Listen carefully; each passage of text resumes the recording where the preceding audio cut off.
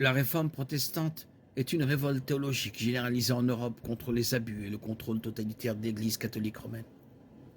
Des réformateurs tels que Martin Luther en Allemagne, Ulrich Zwingli en Suisse et Jean Calvin en France ont protesté contre diverses pratiques non bibliques de l'Église catholique et ont promu un retour à la doctrine biblique.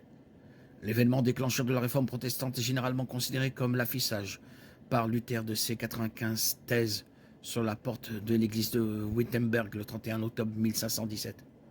Pour situer l'histoire du protestantisme et de la réforme, il est important de comprendre la revendication catholique de succession apostolique. Cette doctrine affirme que la lignée des papes catholiques romains s'étend à travers les siècles depuis l'apôtre Pierre jusqu'au pape actuel. Cette chaîne d'autorité ininterrompue fait de l'Église catholique romaine la seule véritable Église et donne au pape la prééminence sur toutes les églises du monde. En raison de leur croyance en la succession apostolique et en l'infaillibilité du pape lorsqu'il parle, les catholiques placent l'enseignement et la tradition de l'Église au même niveau que l'Écriture elle-même. C'est l'une des principales différences entre les catholiques romains et les protestants, et c'est l'un des problèmes fondamentaux qui ont conduit à la réforme protestante.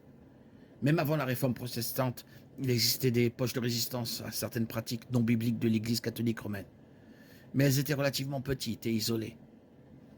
Les Lollards et les Vaudois et les Prétobruciens ont tous pris position contre certaines doctrines catholiques. Avant que Luther ne prenne un marteau et ne se dirige vers l'église de la Chapelle, il y avait des hommes qui s'étaient levés pour la réforme et le véritable évangile.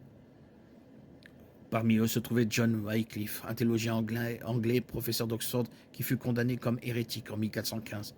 Jan Hus, un prêtre de Bohême, qui fut brûlé vif en 1415 pour son opposition à l'église de Rome. Et Girolamo Savonarola, un frère italien, qui fut pendu et brûlé en 1498. L'opposition aux faux enseignements de l'Église catholique romaine a atteint son paroxysme au XVIe siècle lorsque Luther, un moine catholique romain, a contesté l'autorité du pape et en particulier la vente d'indulgences. Plutôt que d'écouter l'appel à la réforme, l'Église catholique romaine s'est retranchée et a cherché à faire taire les réformateurs.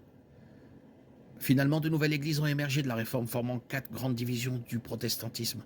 Les disciples de Luther ont fondé l'église luthérienne, les disciples de Calvin ont fondé l'église réformée, les disciples de John Knox ont fondé l'église presbytérienne en Écosse, utilisant la doctrine calviniste. Et plus tard, les réformateurs en Angleterre ont fondé l'église anglicane.